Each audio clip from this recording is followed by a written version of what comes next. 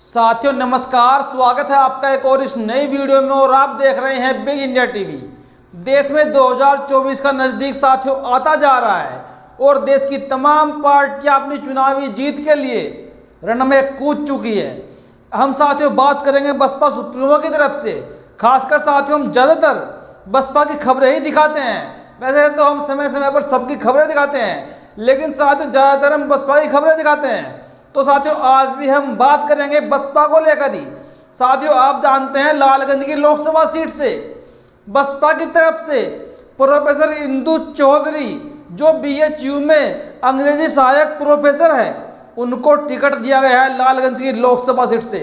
अब साथियों इसके साथ साथ चर्चा चल चुकी है कि जो बसपा के पूर्व राष्ट्रीय उपाध्यक्ष है जयप्रकाश सिंह, जिनको आपने देखा होगा कभी वो रथ यात्रा निकालते हैं, कभी वो खाली यात्रा निकालते हैं, और साथियों वो लगातार खासकर तो चुनाव के समय में सड़कों पर रहते हैं और गांव गांव जाकर लोगों को जागरूक करते हैं बसपा के प्रति, मिशन के प्रति। हालांकि साथियों कुछ कारणवश जयप्रकाश सिंह को बसपा सुप्रीमो ने निष्कासित कर दिया था, आपको वो कारण भी बताऊंगा। लेकिन साथियों वर्तमान में जयप्रकाश सिंह अभी तक बसपा में दोबारा ज्वाइन नहीं हुए हैं, या फिर ये कहेंगे उनको ज्वाइन नहीं कराया गया। लेकिन साथियों अब खबरें लगातार उठ चुकी है कि बहुत जल्द जयप्रकाश सिंह की बसपा में वापसी होने वाली है, क्योंकि साथियों जयप्रकाश सिंह ऐसे नेता है जो लगातार समाज का कार्य करते हैं। और खबरें ऐसी भी हैं कि इस बार लोकसभा का चुनाव में जयप्रकाश सिंह को लोकसभा का टिकट भी मिल सकता है।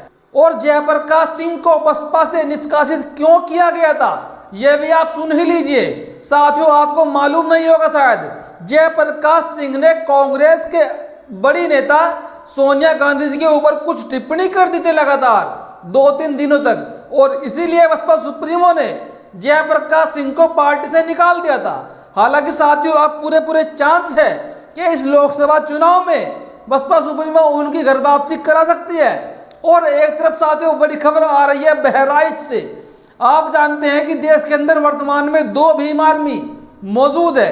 एक तो भीम आर्मी जिसको चंद्रशेखर रावण चलाते हैं, और एक साथियों भीम आर्मी जय भीम जिसके राष्ट्रीय अध्यक्ष मंजीत नौटियाल जी हैं, और जो बसपा में रात दिन कार्य भी करते हैं। साथियों वैसे तो भीम आर्मी चलाते हैं अपनी, लेकिन उन्होंने चंद्रशेखर आजाद की तरह कोई पार्टी नहीं बनाई और वो बसपा के लिए काम करते हैं। और उनकी बात साथियों आकाश आनंद तक है। आकाश आनंद जिनके साथ में बैठ के चाय पानी भी पीते हैं और वो बैठ के बातें भी करते हैं। लेकिन साथियों अब जो खबरें निकल कर आ रही है कि बहराइच की लोकसभा सीट से भीम आर्मी प्रमुख मंजीत नौटियाल को लोकसभा का टिकट मिल सकता है। और साथियों ऐसी एक खबर और भी है बसपा की तरफ से।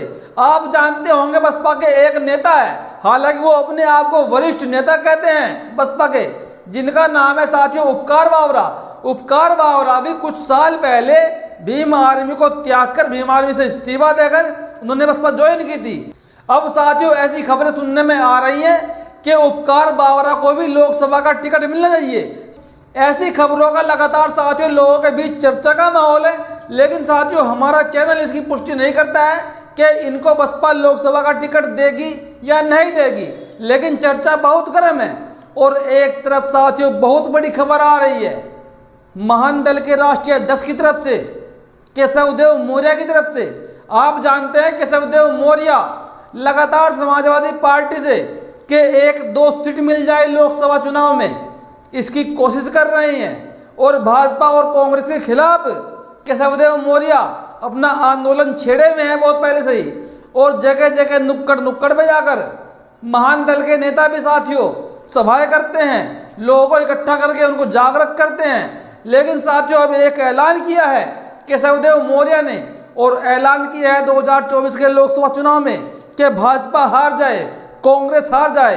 आप इस वीडियो को सुनिए, पहले सुनिए इस वीडियो को। साथियों आपने केशवदेव मौर्य का वीडियो सुना। केशवदेव मौर्य ने इस वीडियो को साथियों अभी बनाकर पोस्ट किया है अपने ट्विटर अकाउंट पे, एक्स अकाउंट पे। केशवदेव मौर्य साफ साफ कह रही है, केशव मौर्य यहाँ पर साफ साफ कह रहे हैं कि अगर आपको अपने बच्चों का भविष्य बचाना है, इस देश को बचाना है, तो आपको भाजपा को हराना होगा, कांग्रेस को हराना होगा। और वैसे हम प्रयास कर रहे हैं कि हमारा गठबंधन हो, लेकिन अगर गठबंधन नहीं होता है, आपको अपना वोट बिल्कुल भी भाजपा को नहीं देना है, कांग्रेस को नहीं देना है, जो भी उसके विपक्ष में खड़ा होगा। अगर आपको मजबूत प्रत्याशी बसपा का लगे तो बसपा को वोट देना, सपा का लगे तो सपा को वोट देना, कोई निर्दलीय होगा उसको वोट कर देना, लेकिन कांग्रेस और भाजपा को बिल्कुल भी वोट नहीं करता। साथियों, यहाँ पर केशवदेव मौर्य पूरी तरह भाजपा के खिलाफ हो चुके हैं, क्योंकि साथियों वो एक नेता है, उनका अपना एक क्षेत्रीय दल है और वो भली भांति साथियों भाजपा की चालाकियों को, कांग्रेस की चालाकियों को समझते हैं और अपने लोगों के बीच जाकर उन्हें समझाने का प्रयास करते हैं। और इसलिए उन्होंने कहा कि आप भाजपा को वोट बिल्कुल मत दीजिएगा, कांग्रेस को वोट मत दीजिएगा, आप बसपा को वोट दो, समाजवादी पार्टी को वोट दो या किसी और दल को वोट दो, लेकिन कांग्रेस और भाजपा को वोट बिल्कुल मत देना। एक तरफ साथियों हाथरस की लोकसभा सीट को लेकर बड़ी खबर आ गई है। हाथरस की लोकसभा सीट पर साथियों बसपा सुप्रीमो ने अपना प्रत्याशी उतार दिया है। हाथरस की लोकसभा सीट साथियों वही लोकसभा सीट है जहां पर भाजपा के राज में भाजपा और योगी की पुलिस ने एक दलित की बेटी को, वाल्मीकि समाज की बेटी मनीषा वाल्मीकि को पेट्रोल डालकर रात के 2 बजे जला दिया था। और इसका कारण था कि सवर्ण समाज के लड़कों ने मनीषा वाल्मीकि के साथ बलात्कार किया, बलात्कार की पुष्टि हुई। लेकिन साथियों इसके बाद क्या होता है, और साथियों मनीषा वाल्मीकि ने अपनी जान गंवाई और अपनी जान गंवाने के बाद भी उनको साथियों न्याय नहीं मिला। हालांकि इस सीट पर साथियों वर्तमान में भाजपा का कब्जा है। भाजपा के राजवीर दिलेर यहाँ से लोकसभा के सांसद हैं और इस सीट पर भाजपा का कब्जा है। लेकिन साथियों इस सीट को भाजपा के चुंगल से छुड़ाने के लिए बसपा सुप्रीमो ने अपने जाने माने नेता जेपी धनखड़ के बेटे हेम बाबू धनखड़ को लोकसभा का टिकट दिया है, क्योंकि साथियों ये सीट हाथरस की आरक्षित सीट है, रिजर्व सीट है और समाजवादी पार्टी ने इस सीट से जसबीर वाल्मीकि को लोकसभा का प्रत्याशी बनाया है। अब साथियों इस सीट पर मामला टक्कर कांटे की हो चुकी है। अब देखा जाएगा कि ये सीट किसके पाले में जाएगी। एक तरफ साथियों बसपा